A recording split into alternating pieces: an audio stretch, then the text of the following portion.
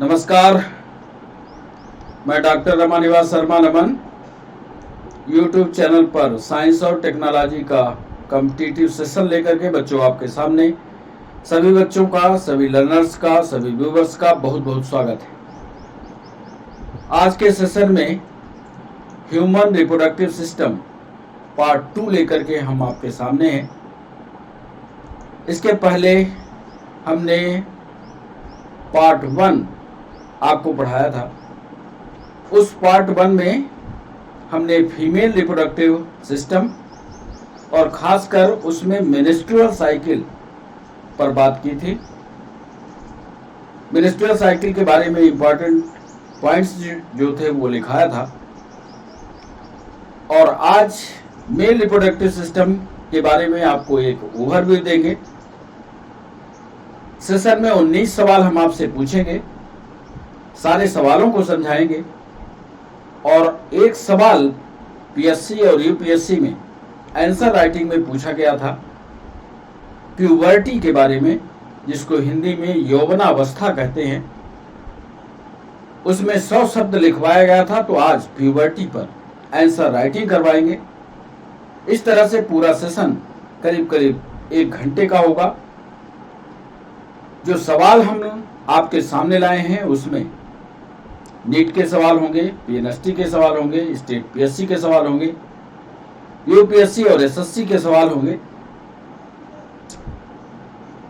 इन सारे सवालों में आपको ये देखना है कि क्या आपकी थ्योरी उस तरह से मजबूत है जैसे आपको कॉम्पिटिटिव एग्जाम के हिसाब से तैयार होना है, क्योंकि पीएनएसटी की परीक्षा काफी नजदीक है और जितनी मजबूती के साथ आप थ्योरी पढ़ोगे उतनी ही मजबूती से आप जवाब कर पाओगे। सेशन की शुरुआत करें, आगे बढ़ें। उसके पहले एक डायग्राम आपके स्क्रीन पर दिख रहा होगा जो मेल रिप्रोडक्टिव ऑर्गन्स का है। मेल रिप्रोडक्टिव ऑर्गन में टेस्टिस होता है, महत्वपूर्ण भाग टेस्टिस होता है, जो जिसकी संख्या 2 होती है, अर्थात एक जोड़ी होती है। टेस्टिस से जुड़ी हुई रचना आप देख रहे होंगे, ये टेस्टिस है। जहां हमने ये लाइन खींची है इधर भी टेस्टिस। टेस्टिस से एक नाली जो है ऊपर की तरफ जा रही है, ध्यान से देखें, और इसको कहते हैं बास डिफरेंस।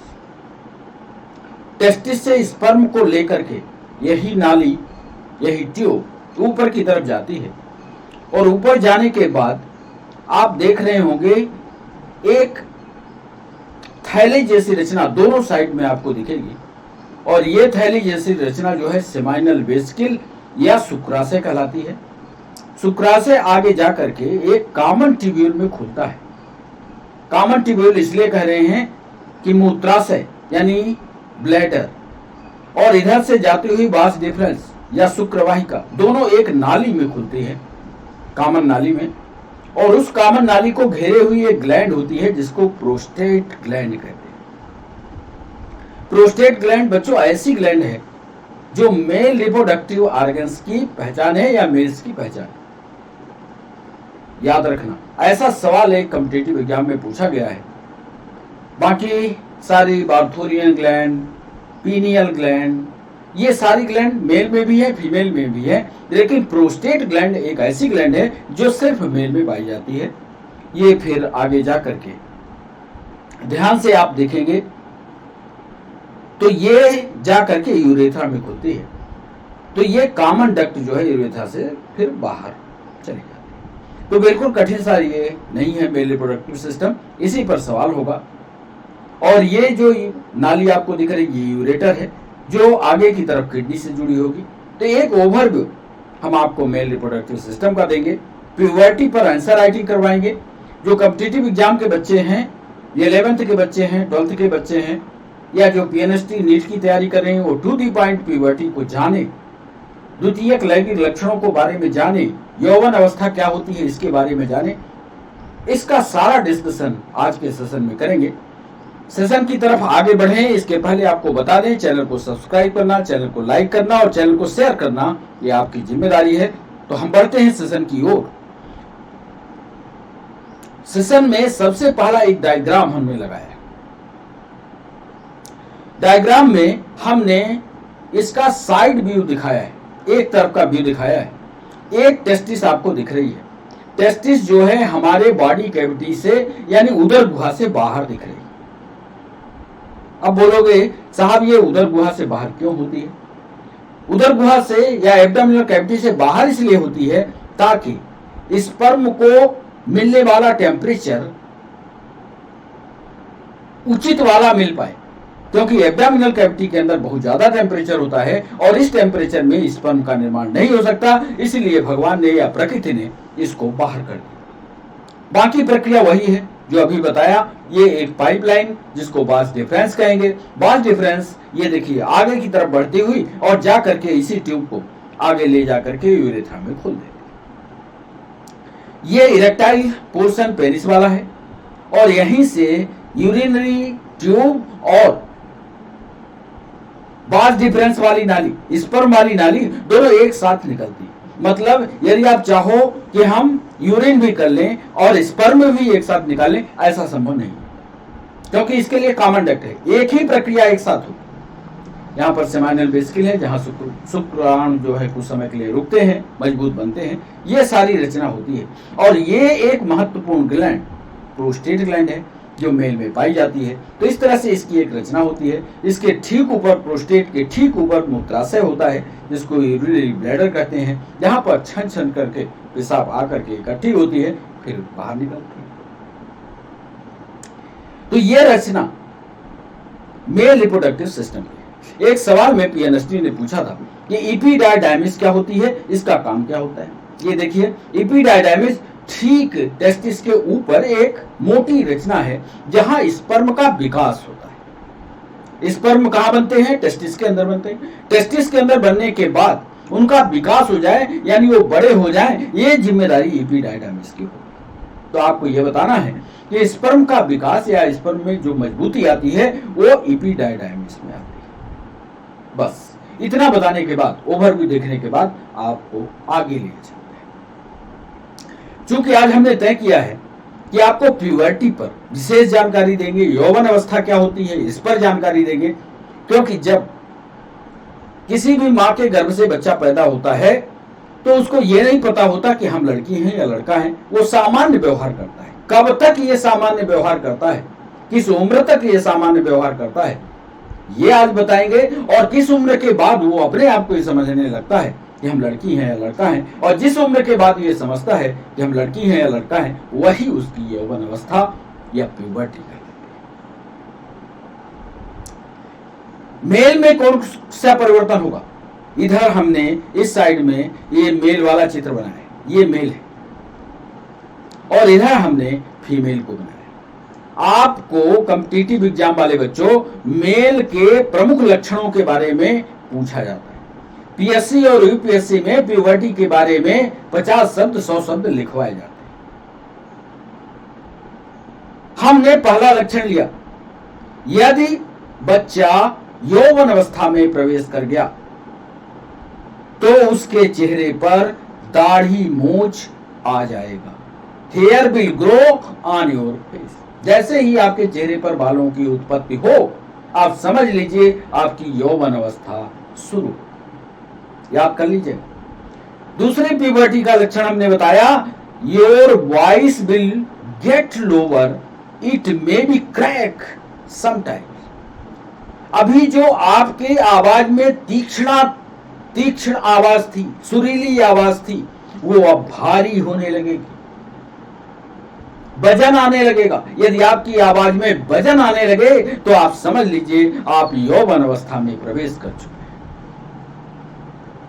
यदि आपके चेहरे पर बाल आ गए, आपके सीने पर बाल दिखे, तो आप समझ लीजिए आप मेल हैं और आप जवान हो चुके हैं, यौवन अवस्था में प्रवेश कर चुके हैं। यदि आपके सेक्सुअल ऑर्गन्स जैसे पेनिस, टेस्टिकल्स अपने आकार में वृद्धि कर गए, तो आप समझ लीजिए आप यौवन अवस्था में प्रवेश कर। सेम इसी तरह की कंडीशन फीमेल में भी होगी, लेकिन ऐसे कौन से लक्षण हैं जो मेल और फीमेल में दोनों में एक साथ होते हैं? इसको हमने लाल कलर से दिखाया है। ये कॉमन लक्षण है। पीएमएसटी ने पूछा ऐसे प्रमुख लक्षण का विवरण दीजिए जो मेल और फीमेल दोनों में होते हैं। इसको हमने लाल कलर से, रेड कलर से दिखाया, देख लीजिए। You may gate pimples on your face और बॉडी। लड़का है तो, लड़की है तो, यदि उसके चेहरे पर पिंपल्स आ गए तो समझ लेना वो प्यूबर्टी की लाइन में है। You will grow hair under your arms. यहां पर हमारा हाथ देखो, यहां पर बालों का आना, ये आपके प्यूबर्टी का द्योतक है। You may want to shower more and use deodorant. You will grow pubic hair. जांघों के आसपास बालों का उगना, यह भी प्यूबर्टी का लक्षण है। You will grow hair on your arms and legs and may feel some pain. There is you grow growing pains. Arms पर बालों का उगना, यहां पर भुजाओं पर बालों का आना, यह भी प्यूबर्टी का लक्षण। आगे हम लिखाएंगे इसको कैसे आपको लिखना है। पीएससी वाले बच्चों, यूपीएससी वाले आंसर राइटिंग कैसे करनी है, टू द पॉइंट हम आपको दे देंगे। आप अपने ढंग से इसको 100 शब्दों 200 शब्दों में लिख सकते हैं। तो जैसे हमने मेल के लक्षण इधर बताए थे, ये तो हमारे 4 कॉमन लक्षण थे, याद करना पड़ेगा। ये 4 कॉमन थे, लेकिन 2 ऐसे लक्षण जो सिर्फ फीमेल में ही होते हैं। ये देखो, पहला यू विल ग्रो ब्रेस्ट, दुग्ध ग्रंथियों का बढ़ना। दे मे बी बिग और small and they may be 2 different size. इनमें स्तन ग्रंथियों का विकास होना, इनकी आकार में वृद्धि होना और इनके आकार में एक बड़ी और एक छोटी होना, ये सब प्यूबर्टी का लक्षण। The inner lips of your लेबिया may change color or grow larger. You will also start getting your periods. वैजिना में एक रचना होती है,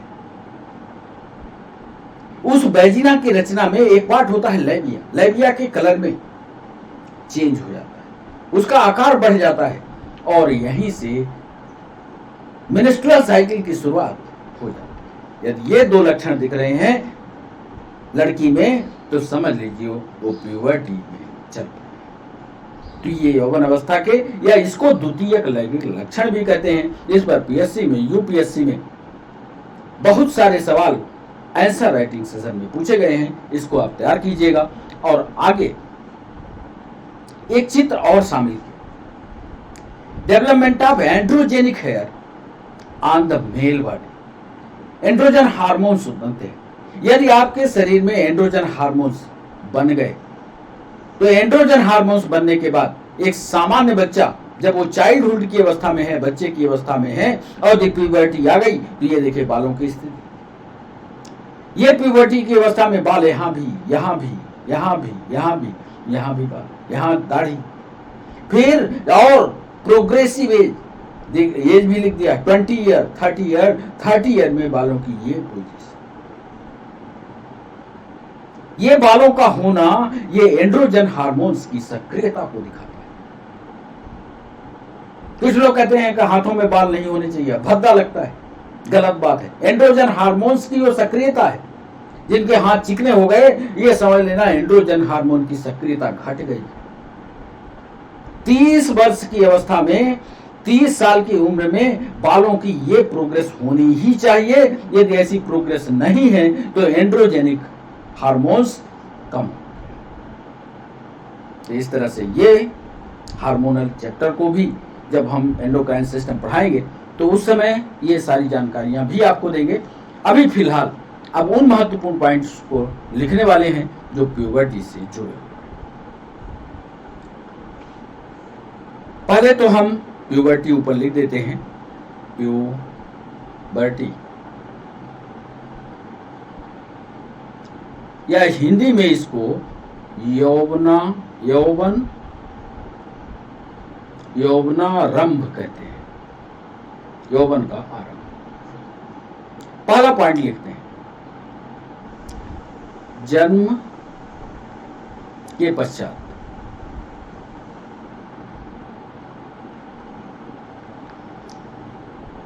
शरीर की वृद्धि एवं विकास की प्रक्रिया में शरीर की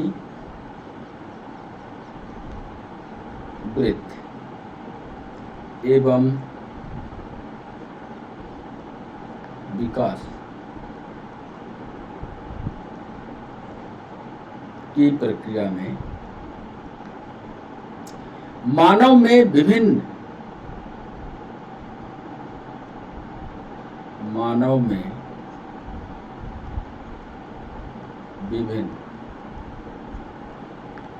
फिजिकल एंड साइकोलॉजिकल एंड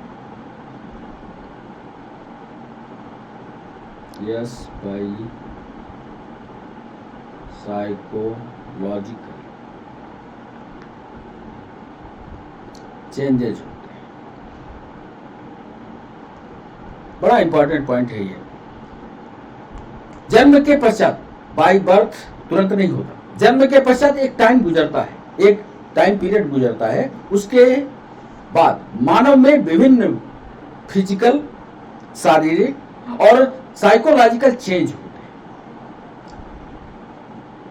दूसरा पॉइंट, चाइल्डहुड, जिसको हम बचपन कह सकते हैं, बचपन एवं एडल्टहुड,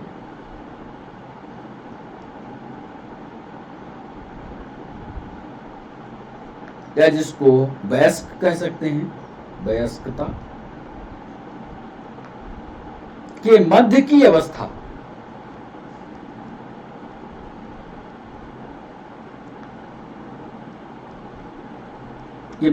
अवस्था, एडोलसेंस या किशोरावस्था,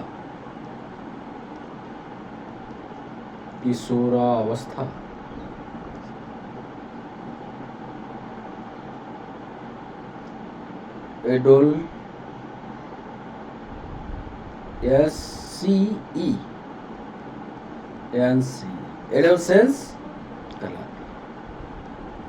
बहुत बच्चों को ये नहीं पता है कि ये किसके किसके बीच होती है। और इस आयु वर्ग के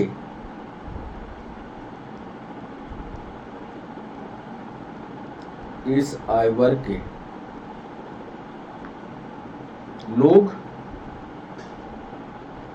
किशोर कहलाते हैं।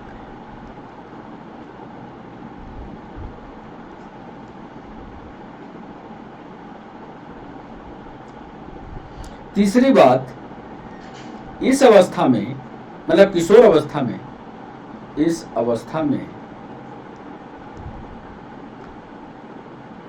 शारीरिक वृद्धि यानी बॉडी ग्रोथ बहुत तेज होती है।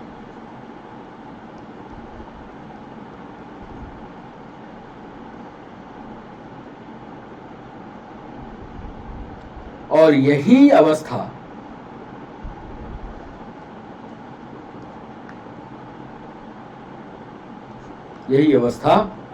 प्रजनन चरण का या रिप्रोडक्टिव स्टेप का,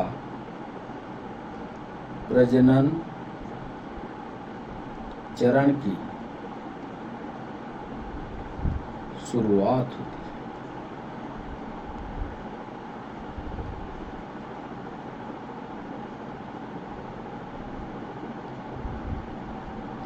चौथा पॉइंट, भारत में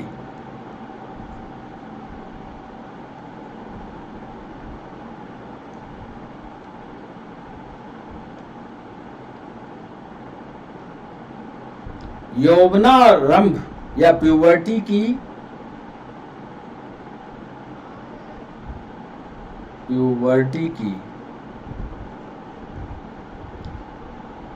औसत आयु, ये याद कर लीजिएगा, औसत आयु 12 से 16 वर्ष, 12 से 16 वर्ष मेल में, मतलब लड़कों में, और 10 से 12 वर्ष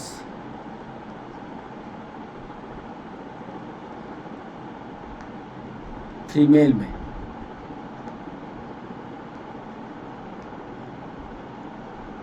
होती है। और 5वां पॉइंट लिख लीजिए, प्यूबर्टी की आयु प्राप्त करने के पश्चात, प्यूबर्टी यानी यौवन की अवस्था प्राप्त करने के पश्चात, यौवन की आयु प्राप्त करने के पश्चात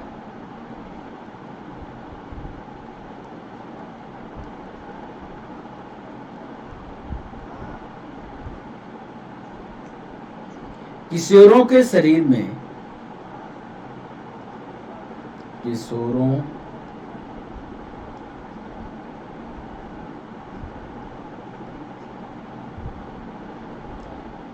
द्वितीयक लैंगिक लक्षण, द्वितीयक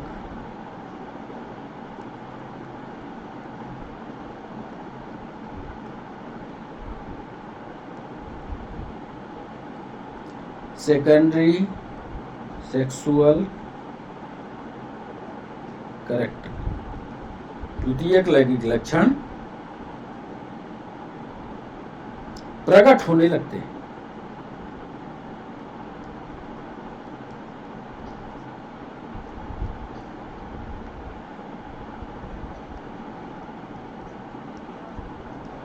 प्रकट होने लगते हैं। कुछ लक्षण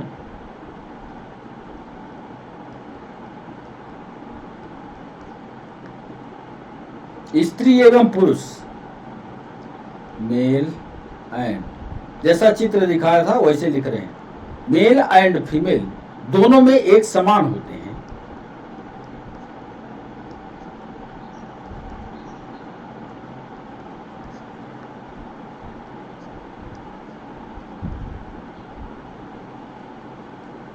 तथा कुछ लक्षण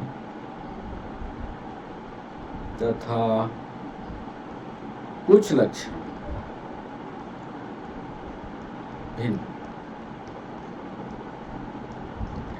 जब आप नोट्स बनाइए तो टू द पॉइंट नोट्स इसका बनाइएगा। पीएससी यूपीएससी वाले बच्चे इसको 100 शब्दों में लिखने की कोशिश करेंगे सिस्टमेटिक क्रम में। आप अपनी भाषा भी जोड़िएगा, लेकिन जो नीट वाले पीएनएसटी वाले बच्चे हैं इसको टू द पॉइंट बना लेंगे। अब एक चार्ट हम आपके सामने बना करके लिख देते हैं। Secondary sexual character, secondary sexual character की एक ड्रामेटिक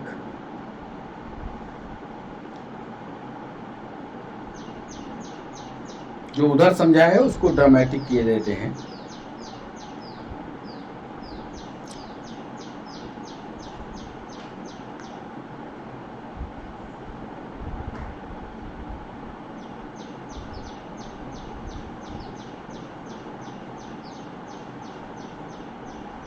आप भी ऐसा बना करके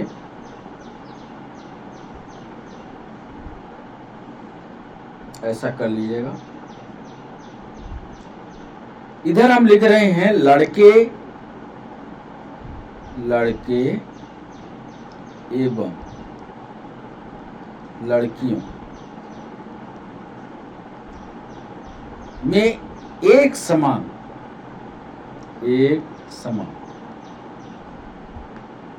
अभी उधर दिखाया है। सेकेंडरी सेक्सुअल कैरेक्टर में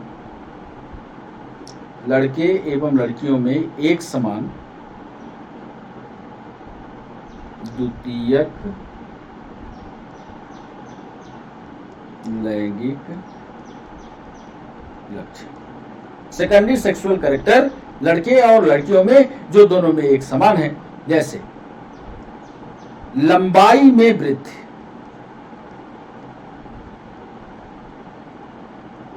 जैसे पसीना का आना, ये सब पूछे गए हैं। पसीना का आना, आर्म पिट में, मतलब यहां काख में, आर्म पिट और प्यूबिक रीजन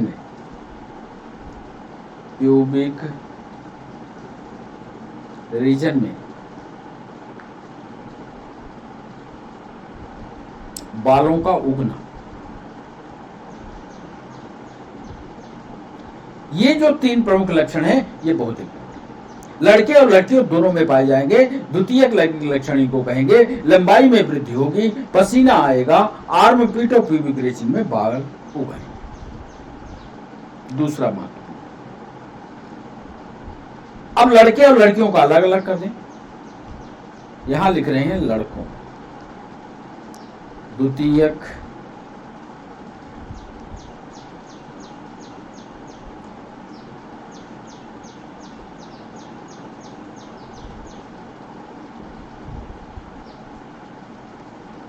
लैंगिक लक्षण,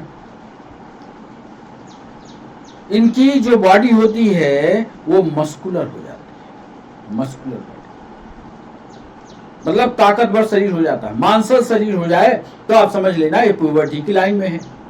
वाइड शोल्डर, चौड़े कंधे,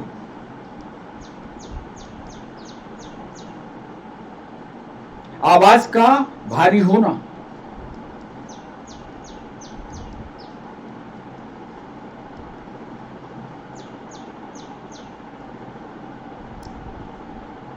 टेस्टिस का विकास होना, टेस्टिस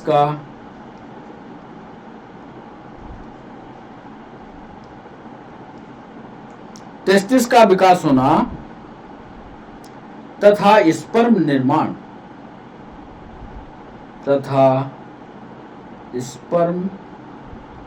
निर्माण, शुरू हो जाए।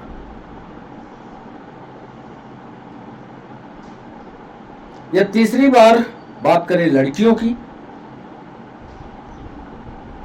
या गर्ल्स में, इसमें द्वितीयक लैंगिक लक्षण क्या होगा? मेमरी ग्लैंड का विकास,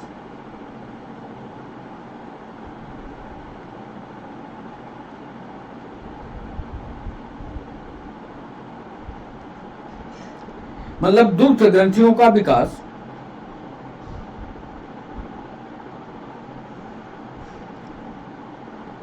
कंधों का विकास, यहां भी कंधे विकसित होते हैं, कंधों का विकास, ओवम का निर्माण,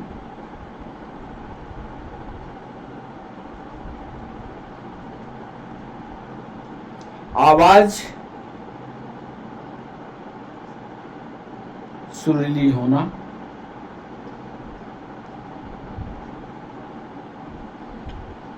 और एमसी प्रारंभ, एमसी स्टार्ट। ये जो लक्षण है लड़कियों में दिखाई देते हैं, तो लड़कियों के लक्षण को भी आपको पढ़ना चाहिए। ये सारे के सारे लक्षण सेकेंडरी सेक्सुअल कैरेक्टर जो पीएससी की परीक्षा दे रहे होंगे उनमें, यदि उन्होंने पिछला पेपर देखा होगा तो सेकेंडरी सेक्सुअल कैरेक्टर पर उसने 100 शब्द लिखा है।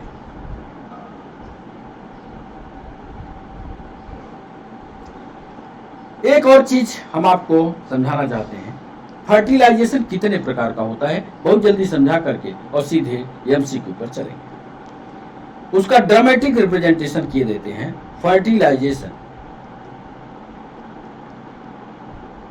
या निषेचन इसको कहते हैं। तो फर्टिलाइजेशन बच्चों 2 तरह का होता है।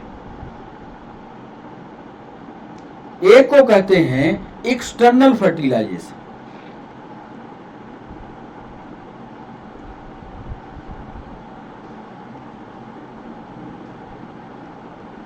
बाह्य निषेचन, और एक को कहते हैं इंटरनल फर्टिलाइजेशन।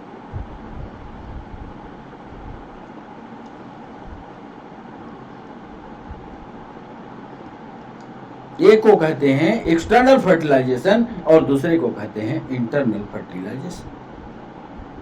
बाह्य निषेचन, इस पर सवाल पूछे गए थे, इसलिए इस थ्योरी को भी यही समझा देना चाहते हैं। निषेचन क्या है, निषेचन के कितने प्रकार हैं? तो निषेचन वो है जहां स्पर्म और ओवा आपस में मिलते हैं, उसको निषेचन कहते हैं। निषेचन कितने प्रकार का होता है? 2 प्रकार का होता है, बाह्य निषेचन, आंतरिक निषेचन। बाह्य निषेचन किसको कहते हो, इसको भी समझा दें यही। जब लिखना, जब स्पर्म और ओवा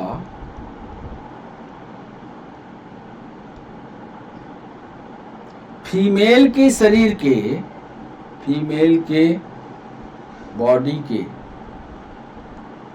बाहर बनते हैं।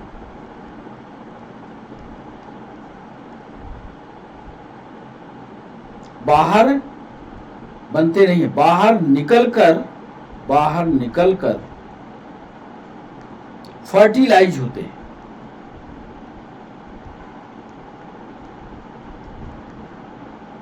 मतलब आप याद करो, हम लोगों में क्या होता है, स्पर्म हम लोग फीमेल के वैजिना में छोड़ते हैं और फिर वो फैलोपियन ट्यूब में जाकर के जाइगोट का निर्माण करता है और वो जाइगोट जाकर के गर्भाशय में फिट होता है। यहां पर ऐसा नहीं, यहां पर फीमेल जो है अंडा बाहर कर देगी, स्पर्म अपना मेल जो है स्पर्म बाहर कर देगा और ये बाहरी वातावरण में दोनों आपस में फ्यूज होकर के और जाइगोट का विकास करेंगे, यानी बाहर इसका निर्माण, नए जीव का उत्पत्ति जो है बाहरी वातावरण में हो। हम लोगों में ऐसा नहीं। तो हम लोगों का जो फर्टिलाइजेशन होगा वो इंटरनल कहलाएगा, आंतरिक निषेचन कहलाएगा और बाकी एक्सटर्नल फर्टिलाइजेशन में आएगा। इसमें साहब इसका उदाहरण, निकलकर फर्टिलाइज हो तो एक्सटर्नल हुआ, इसके उदाहरण है मेढक,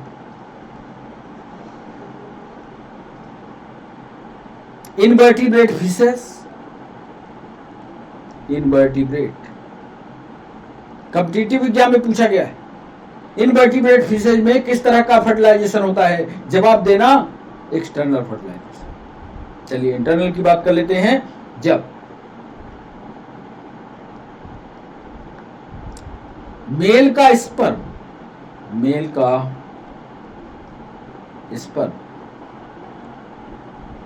फीमेल के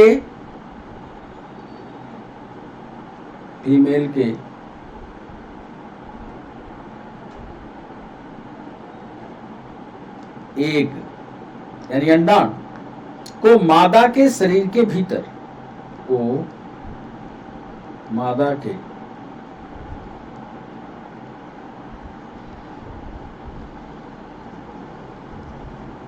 मादा के शरीर के भीतर पहुंचकर फर्टिलाइज करता है।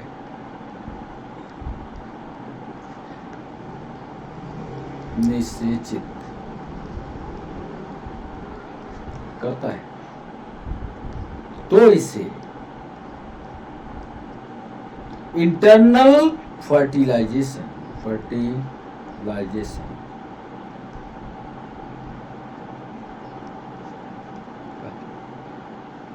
इसका उदाहरण भी लिख लीजिए। इसके उदाहरण हो गए, सबसे पहले तो आप अपना नाम लिखेगा यानी मनुष्य,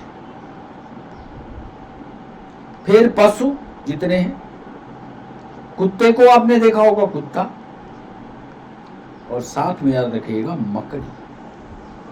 ऐसा न लीजिएगा कि मकड़ी को छोटे जानवर में शामिल कर दीजिए, एक्सटर्नल फर्टिलाइजेशन का। इंटरनल फर्टिलाइजेशन होता है मकड़ी में। तो ये महत्वपूर्ण डिस्कशन इस पॉइंट पर था, ये हमने कर दिया, थ्योरेटिकल डिस्कशन कर दिया। जो पीएससी वाले बच्चे हैं वो जरूर इस बात का ध्यान रखें कि टाइप ऑफ फर्टिलाइजेशन और फर्टिलाइजेशन पर 100 शब्दों में उत्तर पूछा है, तो इसका नोट्स भी आपको बना लेना चाहिए। अब चलते हैं हम रिप्रोडक्टिव सिस्टम के एमसीक्यू सेशन पर। 19 सवाल हैं आज। पहला सवाल आपके स्क्रीन पर ये रहा। प्रजनन या रिप्रोडक्शन की वह मेथड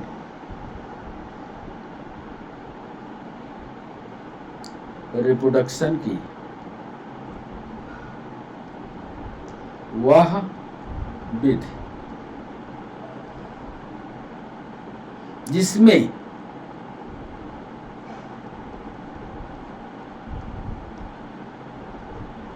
बिना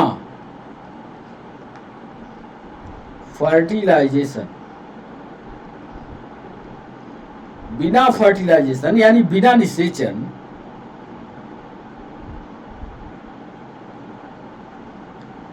एक वयस्क या एडल्ट बनाता है, क्या है? ये ऑप्शन दे रहे हैं प्लूटिनाइजिंग है, प्लूटिनाइजिंग है। बी ऑप्शन दे रहे हैं स्क्रोटल सैक है। सी ऑप्शन दे रहे हैं पार्थेनोजेनेसिस है।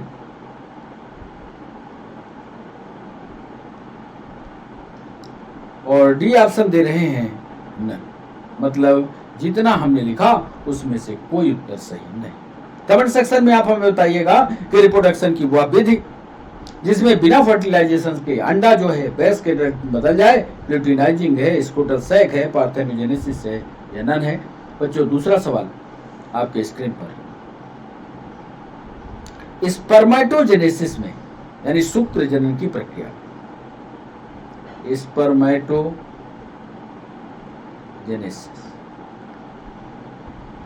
में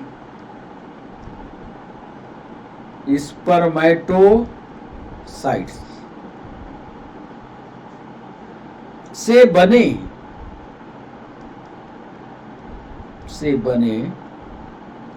शुक्राणुओं की यानी स्पर्म की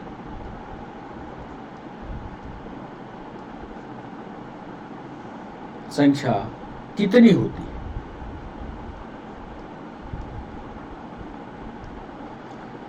स्पर्मेटोजेनेसिस से शुक्राणुओं की संख्या कितनी बनती है? यदि आप क्रॉस वाला चिन्ह याद करोगे तो उत्तर बन जाएगा। ये ऑप्शन दे रहे हैं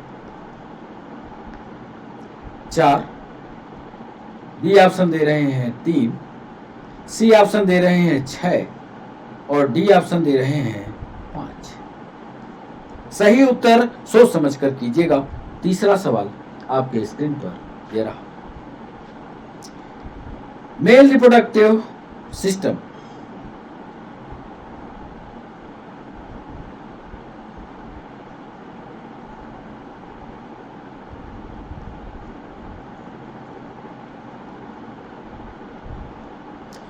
मेल रिप्रोडक्टिव सिस्टम के अंगों में सम्मिलित है।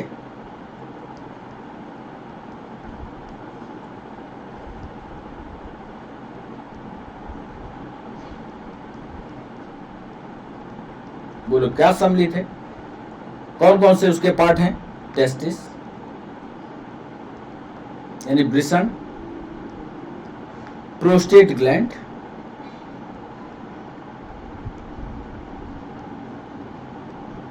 सी ऑप्शन दे रहे हैं इपिडायडाइमिस,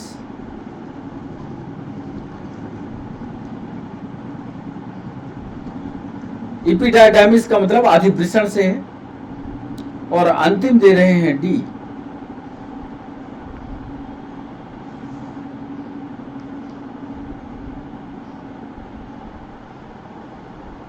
ए B C. Male reproductive system के अंगों में सम्मिलित कौन होगा? टेस्टिस, प्रोस्टेट, इपिडायडाइमिस अभी पढ़ाया है। चौथा सवाल, भ्रूणीय विकास यानी एम्ब्रियोनिक डेवलपमेंट कहा जाता है।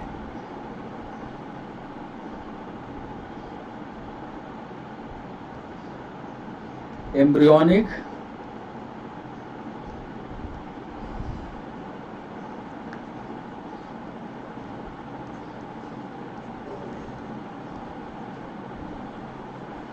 एम्ब्रियोनिक डेवलपमेंट कहा जाता है।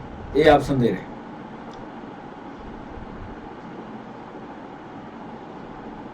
एग के, सोच समझकर, एग के फर्टिलाइजेशन से 10 सप्ताह, एग के फर्टिलाइजेशन से 10 सप्ताह तक की अवधि।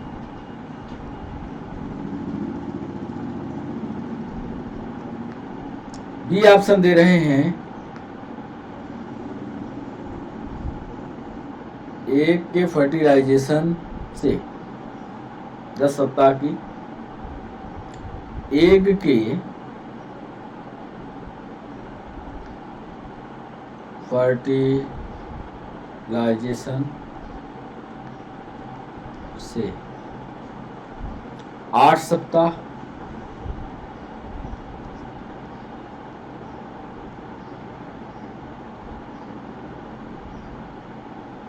8 सप्ताह की अवधि। सी ऑप्शन दे रहे हैं एग के फर्टिलाइजेशन से 7 सप्ताह की अवधि, और डी ऑप्शन दे रहे हैं एग के फर्टिलाइजेशन से 9 सप्ताह।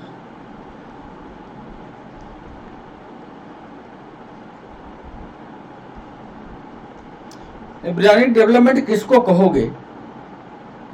फर्टिलाइजेशन हुआ उससे 10 सप्ताह तक, 8 सप्ताह तक, 7 सप्ताह तक, 9 सप्ताह तक। यदि आपने एम्ब्रियोनिक डेवलपमेंट पढ़ा होगा तो बन जाएगा जवाब 5वां सवाल। निम्न में से कौन सा अंग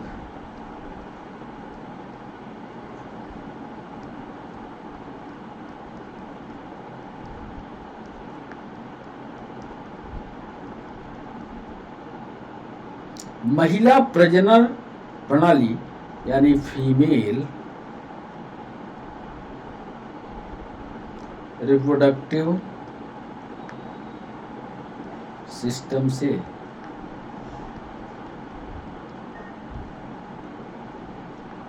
संबंधित? ये ऑप्शन दे रहे हैं गर्भनाल,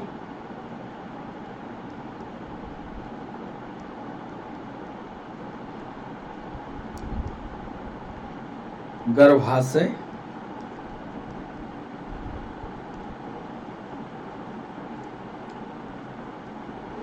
ओवरी,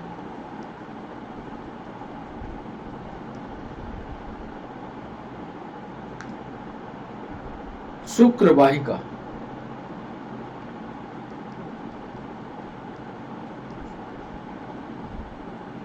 ये था 5वां सवाल। निम्न में से कौन सा अंग फीमेल रिप्रोडक्टिव सिस्टम से संबंधित नहीं है? गर्भनाल है, गर्भाशय है, ओवरी है, शुक्रवाहिका है। 6वां सवाल आपके स्क्रीन पर ये रहा। आर्टिफिशियल सीमेन या कृत्रिम वीर्य, सोच समझकर, कृत्रिम वीर्य निषेचन प्रक्रिया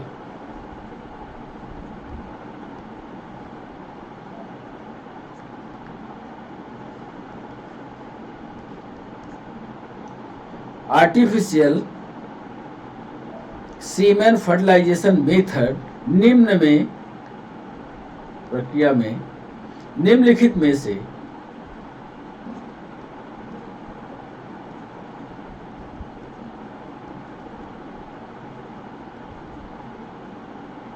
किसको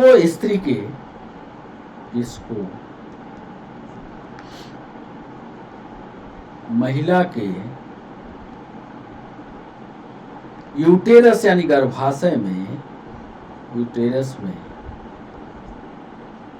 प्रविष्ट कराया जाता है?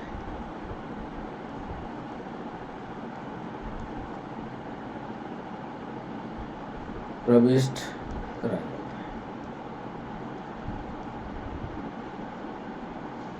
वनली एक, सोच समझकर जवाब कीजिएगा, हो सकता है जवाब ना बने। बी ऑप्शन दे रहे हैं फर्टिलाइज्ड एग,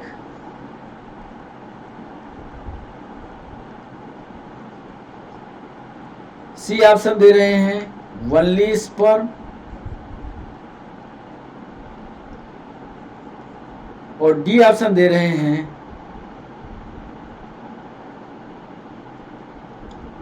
एग एंड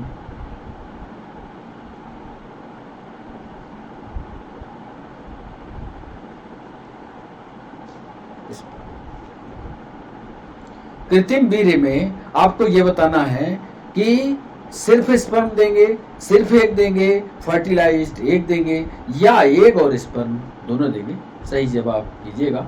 7वां सवाल, एमनियोसेंटोसिस एक प्रक्रिया है। पीएनएसटी में सवाल पूछा,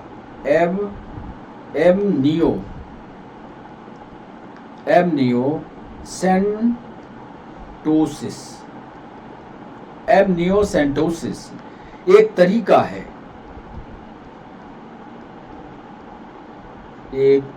है, जो बताता है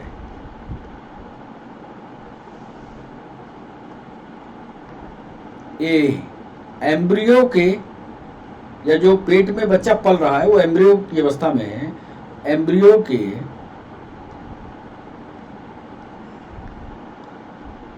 सेक्स को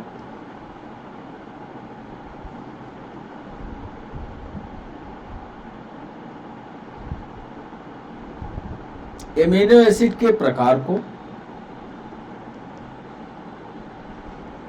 टाइप्स ऑफ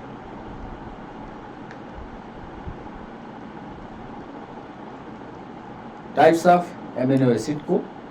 सी ऑप्शन दे रहे हैं, प्रोटीन में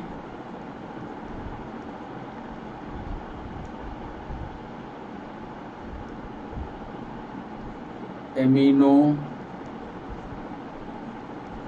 एसिड के अनुक्रम को, और डी ऑप्शन दे रहे हैं हार्मोन के प्रकार।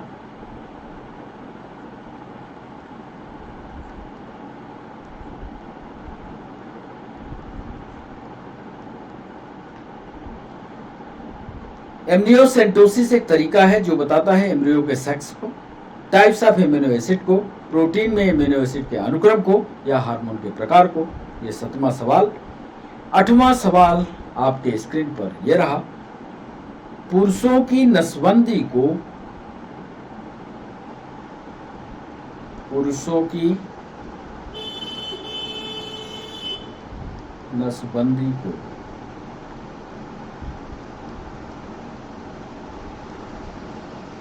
क्या कहा जाता है? वेसेक्टॉमी,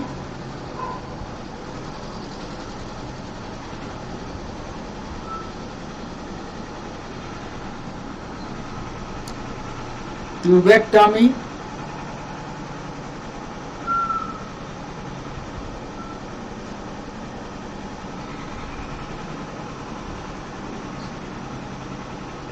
एमनियोसेंटोसिस,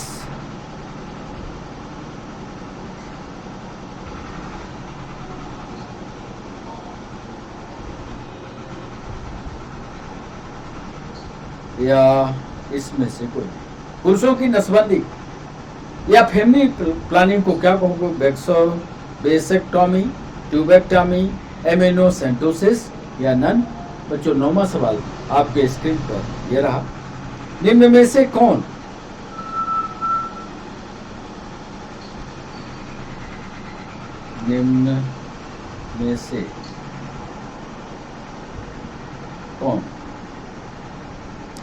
मादा जनन तंत्र का भाग नहीं है?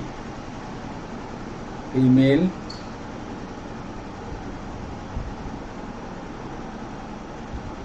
रिप्रोडक्टिव सिस्टम का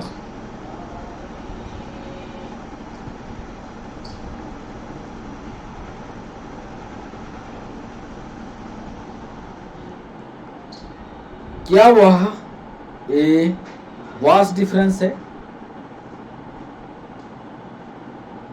उधर चित्र में दिखाया है। ये ऑप्शन दे रहे हैं, क्या वह यूटेरस है? क्या वह फाइलोपियन ट्यूब है?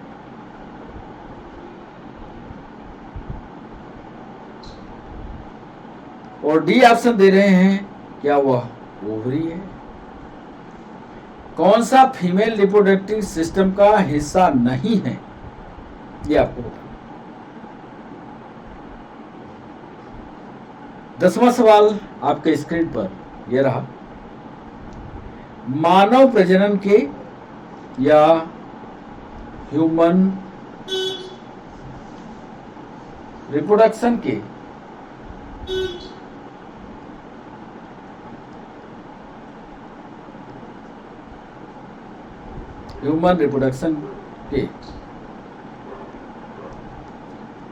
चरणों का क्रम है। सोच समझकर यूपीएससी का सवाल है। इसमें क्रम आपको बताना है। क्रम हम दिए देते हैं 1 2 3। एक में दे रहे हैं गैमीटोजेनेसिस,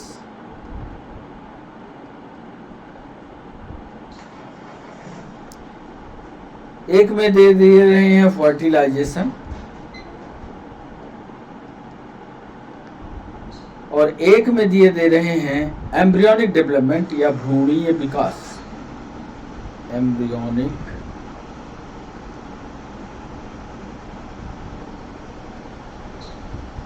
अब इन क्रम को आपको सिस्टमेटिक करना है। ए पर लिख रहे हैं 2 3 1, बी पर लिख रहे हैं 1 3 2,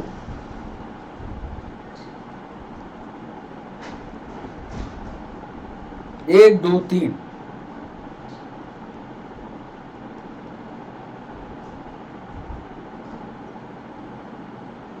तीन 2 1।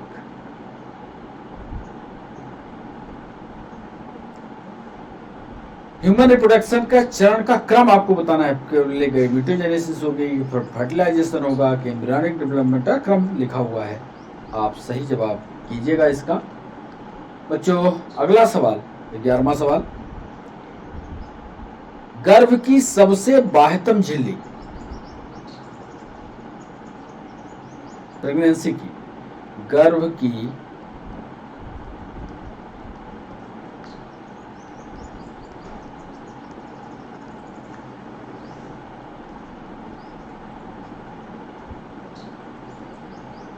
सबसे बाह्यतम झिल्ली को कहा जाता है।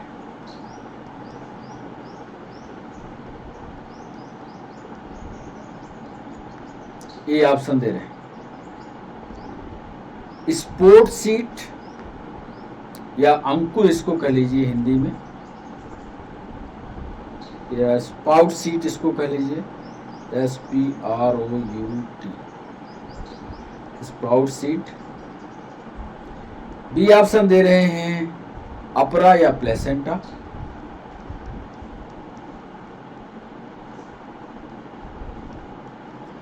सी ऑप्शन दे रहे हैं जरायु,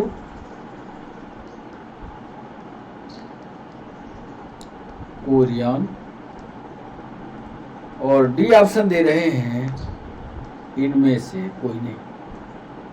गर्भ की सबसे बाह्यतम झिल्ली को क्या कहा जाता है? अंकुर, अपरा, जरायु, या इनमें से कोई नहीं। अगला सवाल 12वां सवाल, अस्थायी परिवार नियोजन। अस्थायी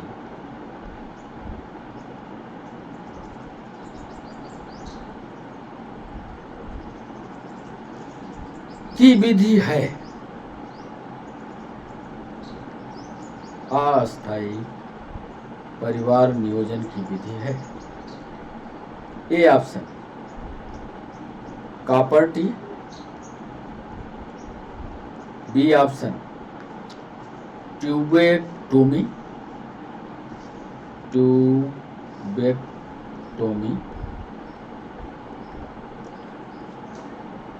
वासेक्टोमी,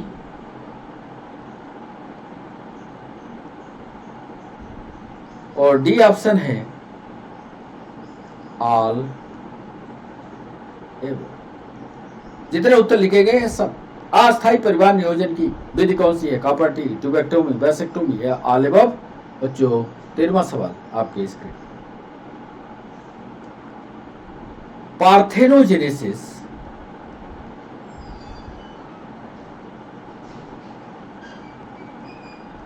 या अनिषेक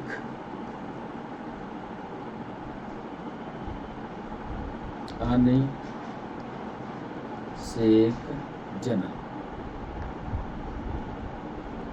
क्रिया में क्या होता है?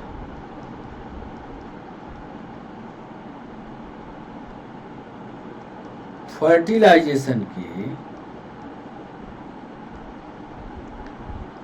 पूर्व, फर्टिलाइजेशन के पूर्व स्पर्म मर जाता है।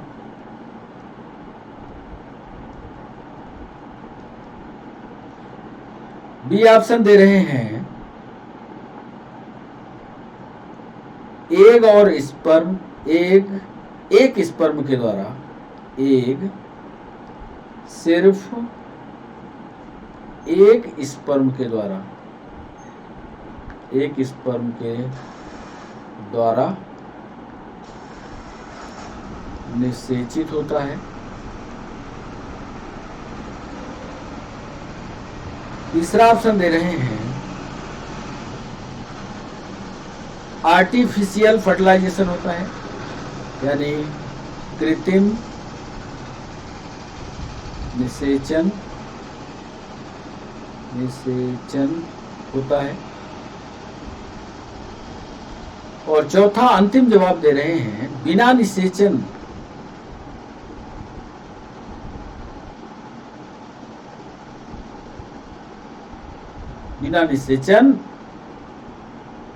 के अंडे में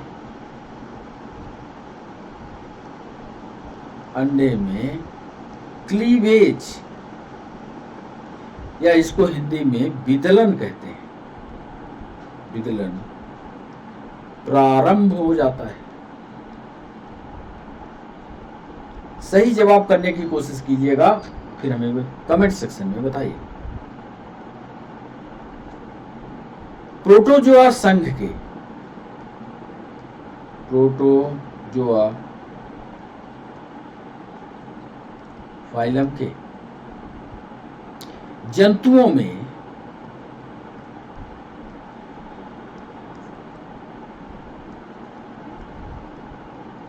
एसेक्सुअल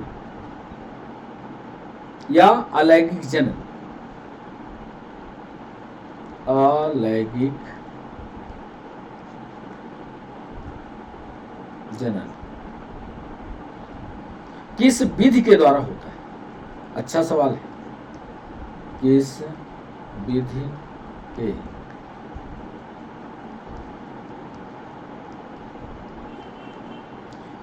ये ऑप्शन दे रहे हैं, मुकुलन यानी बाइबडिंग, मुकुलन द्वारा बाइबडिंग। बी ऑप्शन दे रहे हैं, बाइनरी फिजन के द्वारा, यानी द्वि खंडन के द्वारा। सी ऑप्शन दे रहे हैं, फर्टिलाइजेशन यानी निषेचन के द्वारा।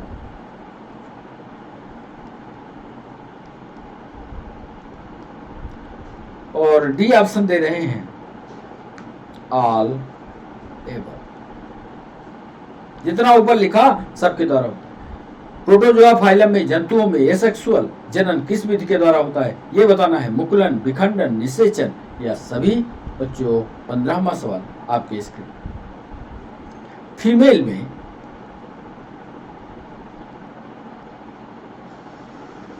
ओव्यूलेशन के बाद, यानी अंडा के बाहर निकलने के बाद, ओव्यूलेशन के पश्चात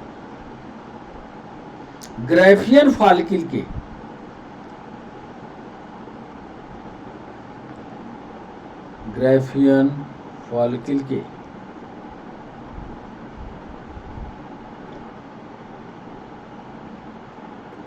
फट जाने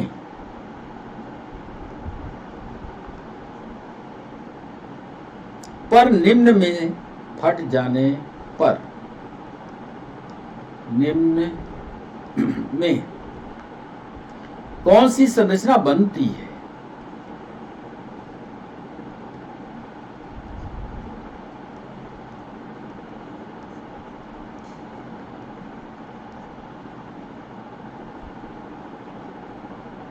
क्या वह यूपीएससी ने भी पूछा है, नीट ने भी पूछा है ये सवाल 15वां, और पीएनएसटी ने भी पूछा है। फीमेल के ओव्यूलेशन के पश्चात ग्रेफियन फॉलिकल होता है, बस्ट होता है, अंडा बाहर जाता है। ये जो रचना बनती है इसको आपको बताना है, क्या वो कार्पस यूटेराई है,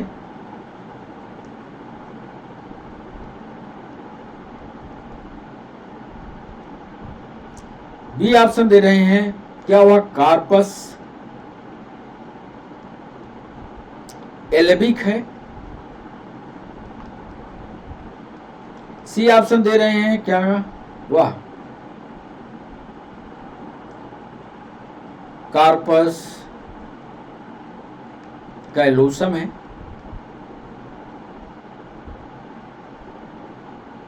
और डी ऑप्शन दे रहे हैं इनमें से कोई नहीं। 16वां सवाल आपके स्क्रीन। शुक्राणु जनन के अंतिम रूप से यानी स्पर्मेटोजेनेसिस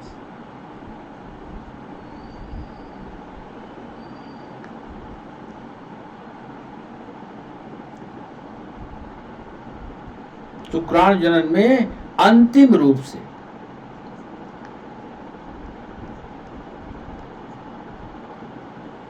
एक प्राथमिक स्पर्मेटोसाइट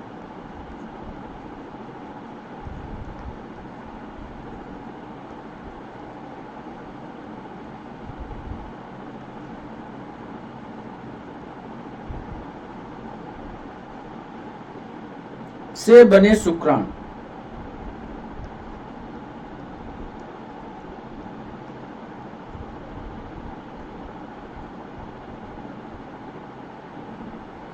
से बने स्पर्म की संख्या होगी। अब यदि आपने स्पर्मेटोजेनेसिस की पूरी प्रक्रिया पढ़ा है तो जवाब बनेगा। स्पर्मेटोजेनेसिस में अंतिम रूप से एक प्राथमिक स्पर्मेटोसाइट से बने स्पर्म की संख्या होगी। ये आपसे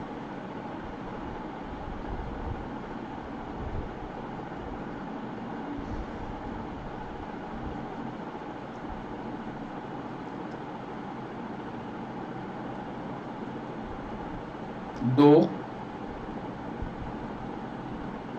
बी ऑप्शन 4, सी 8 और डी। सही जवाब कीजिएगा।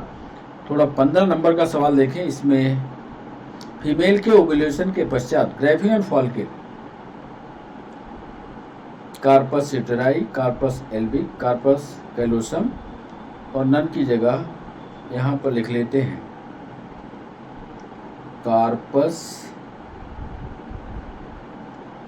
ल्यूटियम।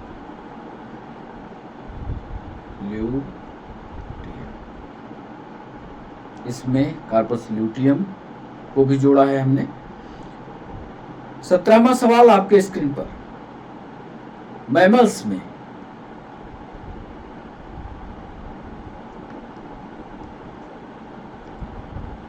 ओव्यूलेशन के पश्चात यानी अंडा बाहर निकल गया, ओव्यूलेशन के पश्चात बनने वाली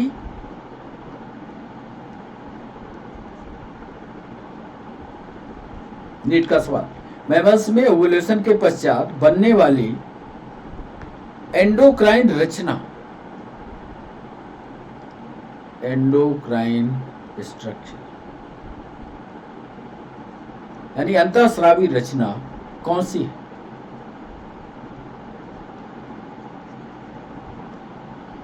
ये ऑप्शन दे रहे हैं।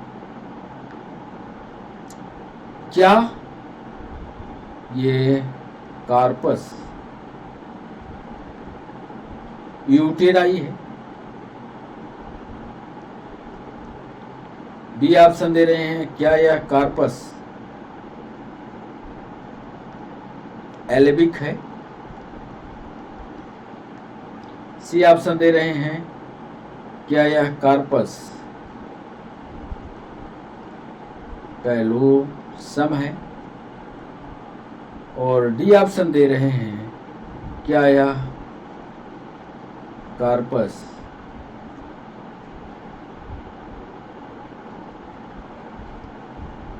क्या है? कार्पस ल्यूटियम है।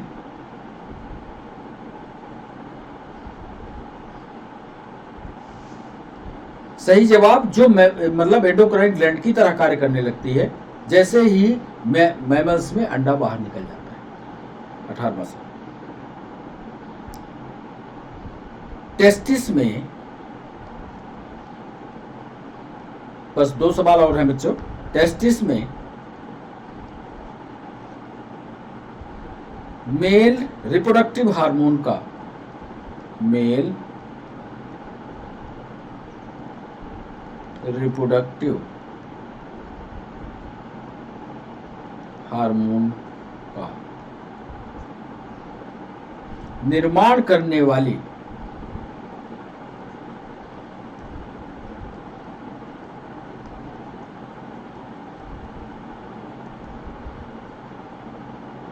कोशिकाएं कौन सी हैं?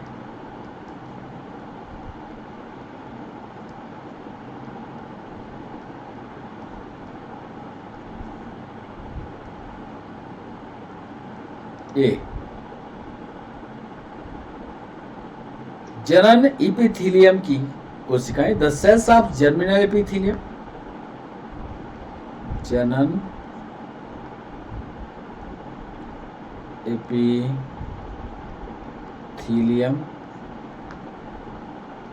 की कोशिकाएं। बी ऑप्शन दे रहे हैं cells of Leydig cells, Leydig कोशिकाएं।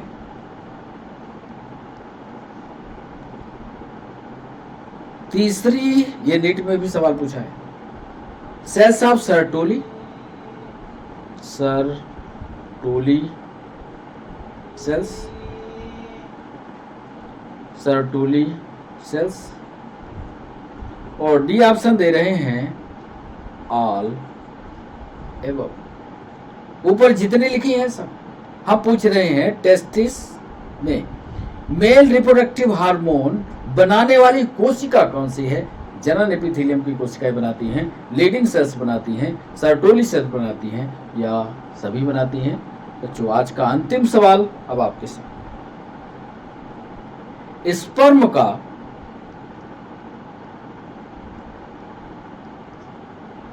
पूर्ण परिपक्वन, फुल मैच्योरेशन, पूर्ण परिपक्वन निम्न में से कहां होता है? अभी थ्योरी में इसको पढ़ाया है। निम्न में से कहां होता है? ये ऑप्शन दे रहे हैं। क्या वो रचना इपीडायडाइमिस है? इपीडायडाइमिस है? क्या वह रचना वैजिना है? क्या वह रचना ओविडक्ट है? या डी में ऑप्शन दे रहे हैं ऑल एबव, सभी हैं। स्पर्म का पूर्ण परिपक्वन, टोटल मैच्योरेशन, यानी इसको अच्छा खाना पीना कहाँ मिलता है कि आगे जाकर के ये विकसित अवस्था को पूरा करे, ये आपको स्थान बताना है। इपीडायडाइमिस है, वैजिना है, ओविडक्ट है, या ऑल एबव है। तो इस तरह से ये 19 सवाल हुए। अब बारी है उत्तर बताने की। सीधे पहले सवाल पर चलते हैं। अब आप चेक करिएगा कितने सवाल आपसे बने हैं। पहला सवाल था हमारा ये, और इसका सही जवाब था पहले सवाल का पार्थेनोजेनेसिस। समझ गए होंगे, बिना फर्टिलाइजेशन के, बिना स्पर्म और ओवा के मिले जब एडल्ट बन जाए, बच्चा पैदा हो जाए, तो इसको पार्थेनोजेनेसिस कहते हैं। दूसरा सवाल था स्पर्मेटोजेनेसिस में स्पर्मेटोसाइट से बने शुक्राणुओं की संख्या। स्पर्मेटोजेनेसिस से जो भी शुक्राणु बनते हैं, दूसरा सवाल हमने पूछा था, दूसरे सवाल में इसकी संख्या 4 बनती है। कैसे? स्पर्मेटोजेनेसिस में 2x क्रोमोसोम। अब 2x ये आगे जाता है तो XX बनाता है, और ये XX में समसूत्री विभाजन हो जाता है, तो इस तरह से ये X और ये कुल संख्या। किसी दिन नहीं समझ में आएगा तो बताना, इस पर भी एक विस्तार से वीडियो बनाएंगे, आपको समझाएंगे। मेल रिप्रोडक्टिव सिस्टम में अंगों में सम्मिलित होता है।